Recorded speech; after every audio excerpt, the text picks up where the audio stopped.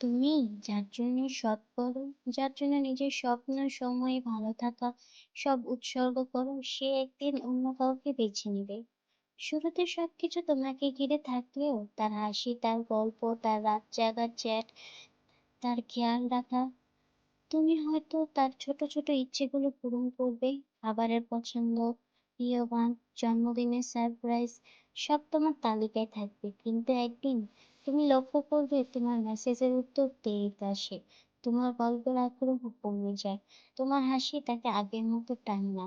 হয়তো অন্য কারো কাছে সে নতুন এক আলো খুঁজে পাবে, যেখানে তোমার দেওয়া আলোকে সে পুরনো বলে ভাবে।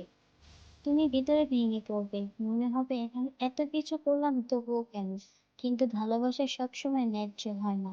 কেউ তোমাকে ছেড়ে যায় না কারণ তুমি যথেষ্ট নও, যে যায় কারণ তার মন বদলে যায়। সেই দিন বুঝে নেও, তুমি তাকে হারাওনি, তুমি নিজেকে ফিরে পেয়েছো। তুমি শিখে যাবে, কাউকে নিজের সবকিছু বানিয়ে ফেললে তুমি নিজেকে হারিয়ে ফেললে। আর পরের বার তুমি হয়তো কাউকে ভালোবাসবে, কিন্তু একবারে নিজের প্রতি ভালোবাসা রেখো। শেষমেশ সত্যিটা হলো, যে চলে যায় সে ছিল না তোমার গল্পে।